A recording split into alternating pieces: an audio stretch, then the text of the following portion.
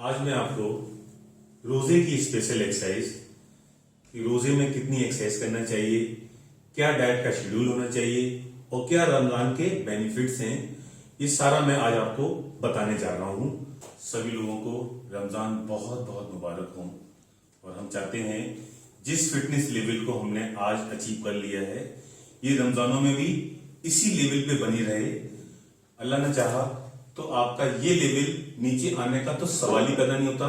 हाँ, जब रमजान कंप्लीट हो जाएंगे तो जब हम लोग ईद में एक्सरसाइज करने के लिए मिलेंगे तो अल्लाह ने चाहा तो आप देख लीजिएगा कि आपके अंदर बॉडी में ट्रांसफॉर्मेशन हो गई है, एकदम आपकी बॉडी ट्रांसफॉर्म हो गई है। ऐसा लगेगा आपको कि अंदर से इतनी क्लीन, बशर्ते रोजे को रोजे की तरह रखा जाए।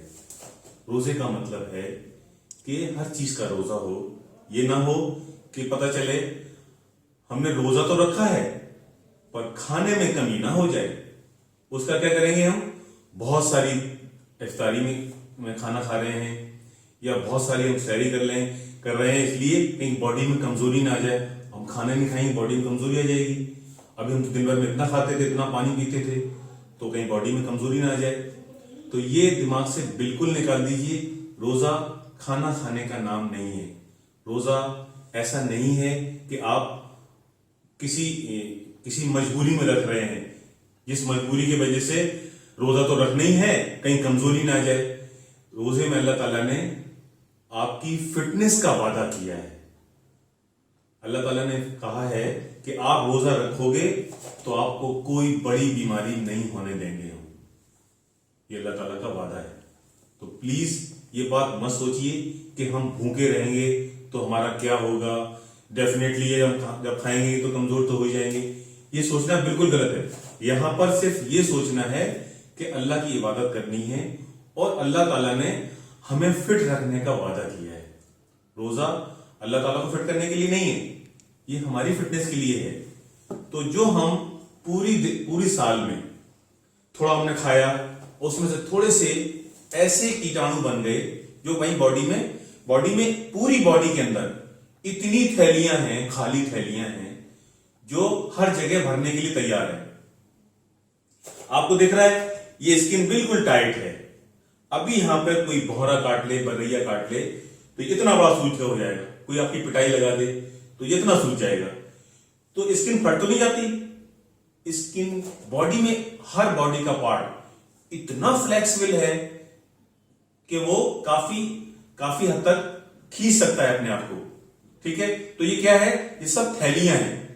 तो जब हमने कोई खाना ऐसा खाया जिसको हमारी बॉडी पचा नहीं पाई, बॉडी में रुक गया, वो किसी एक थैली में रख गया, तो वो क्या होगा, रोजे में रमजान रखने का मतलब ही ये है कि जितना बचा कुचा बॉडी में जो भी वेस्ट है, बॉडी को तुम्हारी बॉडी को उसकी कोई जरूरत नहीं है, लेकिन क्योंकि तुमने खा लिया था तो वो बॉडी ने पैदा किया है और बाहर निकल नहीं पाया। तीन तरीके हैं बाहर निकलने के, या तो हमारा पसीना निकल जाए, यूरिन, या फिर पॉटी। इन तीनों के अलावा और तो कोई काम है नहीं। लेकिन कुछ ऐसा प्रोडक्ट, मतलब वेस्ट प्रोडक्ट, हमारी बॉडी ने कुछ ऐसा खाना खाया हमने जो प्रोड्यूस कर लिया, निकल सकता नहीं था, वो बॉडी में स्टोर्ड है। उसी को वो स्टोरेज जो है, वेस्ट प्रोडक्ट का स्टोरेज, इवन के कैंसर तक के कीटाणु वो भी कहीं ना कहीं स्टोर बने रहते हैं, उनको भी खर्च करने का ये बेहतरीन मौका है। इबादत की इबादत और फिटनेस की फिटनेस। इस्लाम को किसी सर्टिफिकेट की जरूरत नहीं है, लेकिन फिर भी माइंड में कुछ रहता है कि कुछ साइंटिफिक प्रूफ हो तो अच्छी बात है।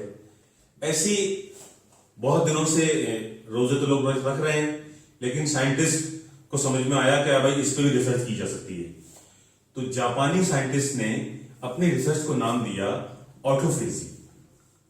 तो वो उसने जब रिसर्च की तो उसने देखा, रोजगारों पर रिसर्च की उसने, तो उसने देखा कि कैंसर के भी जो कीटाणु हैं वो बॉडी ने रोजे के टाइम पे, यानी कि कहते हैं इसको प्रोसेस क्या है कि कम से कम 10 घंटे से 12 घंटे तक अगर आप भूखे रहते हैं, साथ में प्यासा भी है, और भी सारे फास्ट होते हैं, किसी में पानी पी सकते हैं, लेकिन रमजानों में कुछ भी इंटेक नहीं कर सकते हैं, तो उसने स्पेशली रोजे पर ही रिसर्च की है, रोजदारों पे, फास्ट पे नहीं। फास्ट बहुत तरीके होते हैं, लेकिन उसने सिर्फ रोजदारों पर रिसर्च की, तो देखा उसने कि ये जो फेज है ये बॉडी पे क्या इफेक्ट डाल रहा है। तो उसने देखा 10 घंटे के बाद बॉडी में इफेक्ट आना चालू हुए। तो रोजा 12-14 घंटे का होता है, आजकल हमारा 15 घंटे का रोजा हो रहा है। तो कहते हैं ये जो फेज है, तो उसने कहा कि जो बॉडी में जो डैमेज सेल्स हैं, जिनको हमारा हार्ट प्यूरिफाई नहीं कर सकता, जबकि हमारा शुगर वाला है बंदा, शुगर वाला बंदा है जिसको शुगर हो गई है, तो क्या प्रॉब्लम क्या है इसको, क्या ऐसी आफत आ गई है कि जो उसको शुगर हो गई है।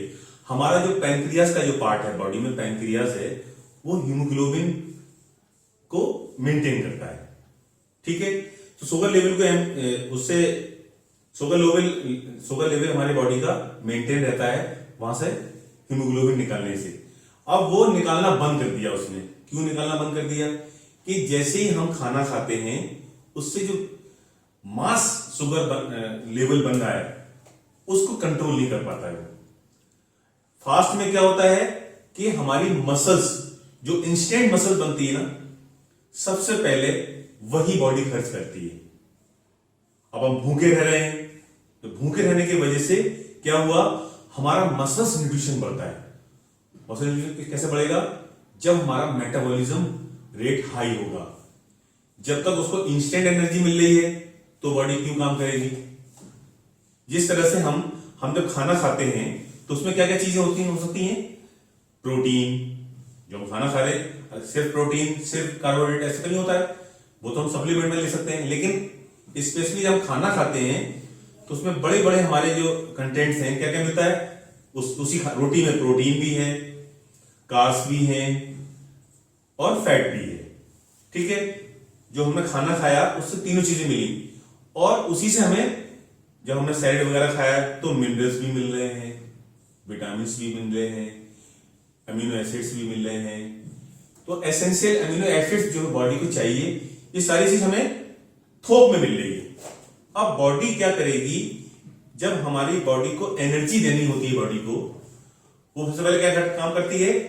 प्रोटीन है तो उसको भी ग्लूकोज में कन्वर्ट करेगी, ग्लूकोज को फिर कन्वर्ट करके ग्लाइकोजन में पहुंचाएगी। तो ग्लाइकोजन से हमें एनर्जी बॉडी को मिलती है। तो कहते हैं ये दो चीजें ऐसी हैं, फ्रूट्स में सिर्फ खजूर, और लिक्विड में हनी, शहद, ये हमें डायरेक्ट एनर्जी देते हैं।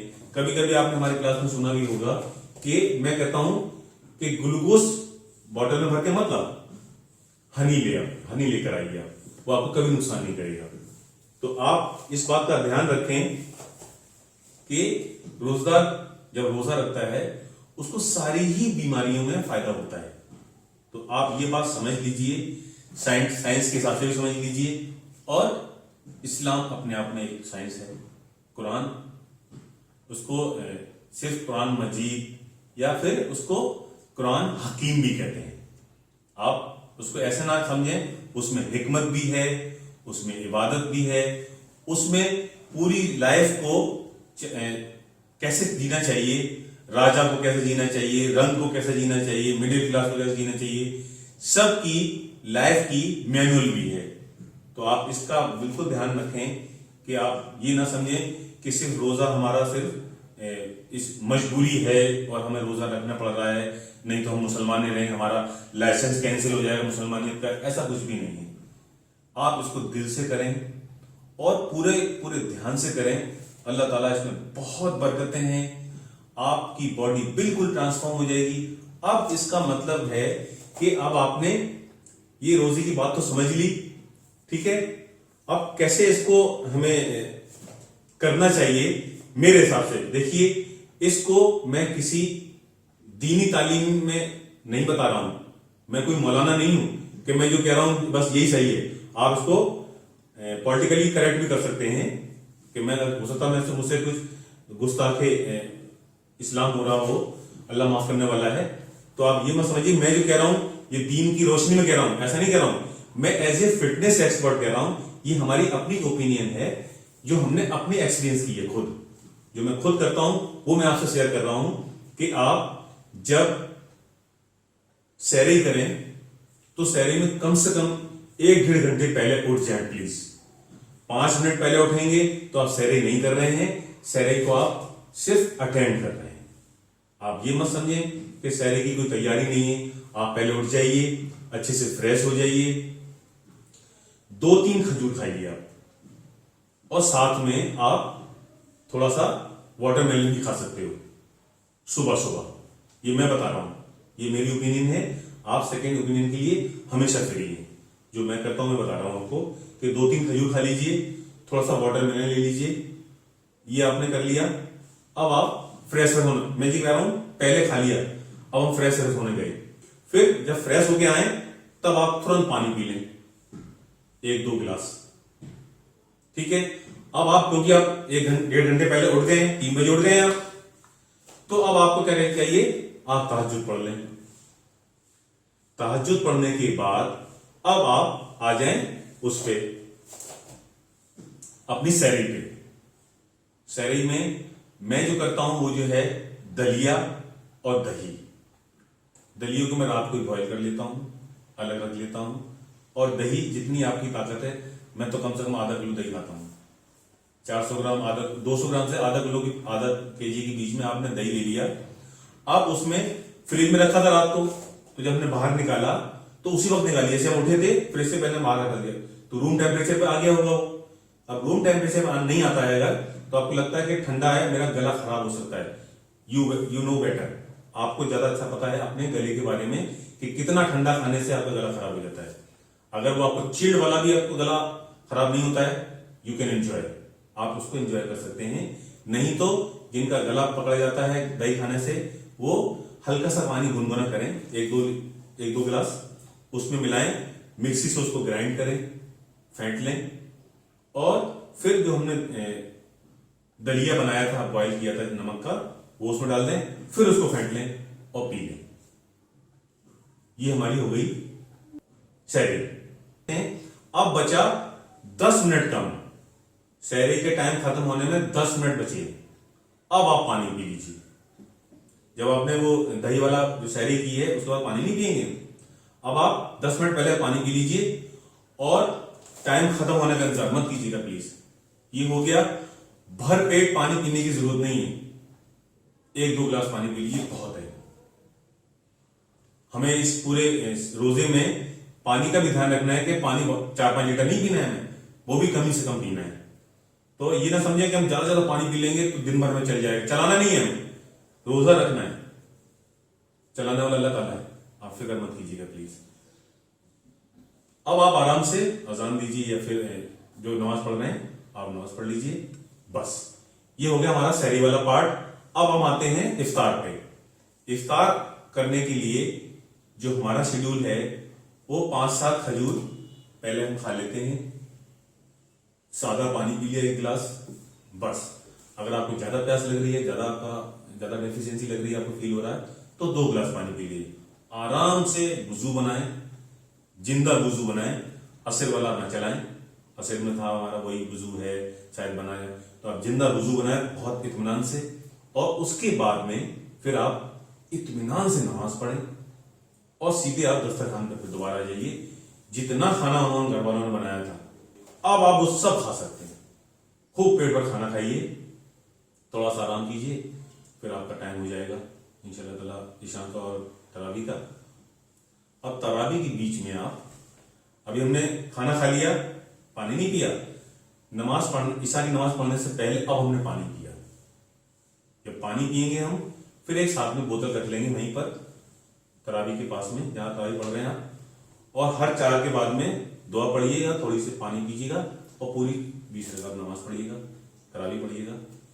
और उसके बाद में अब आप सोने से पहले चाहें तो थोड़ा पानी और पी सकते हैं।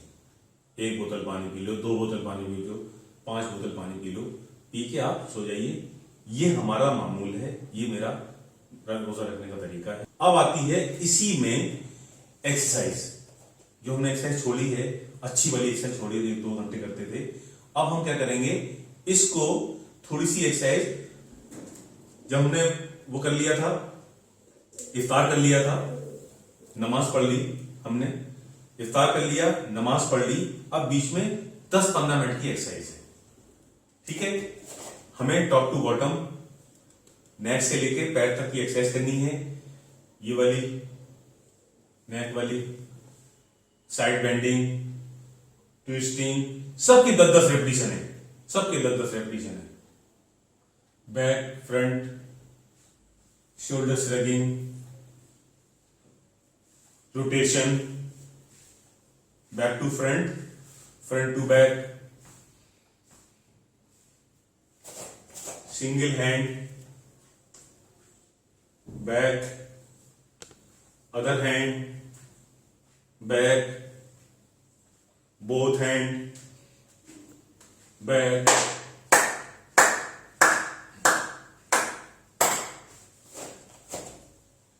हिप रोटेशन,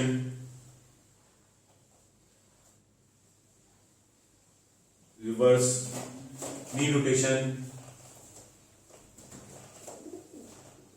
रिवर्स, सबके 10-10 काउंट। हाफ स्क्वाट्स,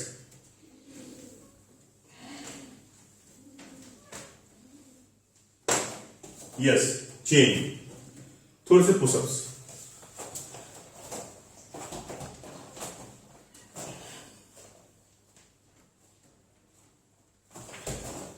इसके 3 सेट लगा के आप थोड़ी सी बैक की एक्सरसाइज कर सकते हैं। Hyper extension, leg racing,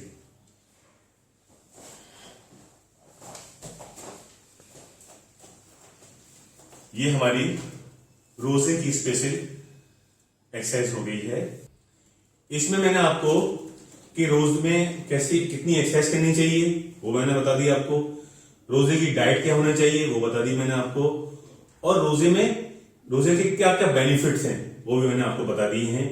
I hope so कि आपको ये समझ में आया होगा, और आप प्लीज अपने जानने वालों को इसको शेयर भी कर दें तो बड़ी मेहरबानी होगी, और उन पर भी मेहरबानी होगी जो आप जब शेयर करेंगे, वो जब एक्सरसाइज करेंगे तो सबके जारिया भी है। अल्लाह हाफिज।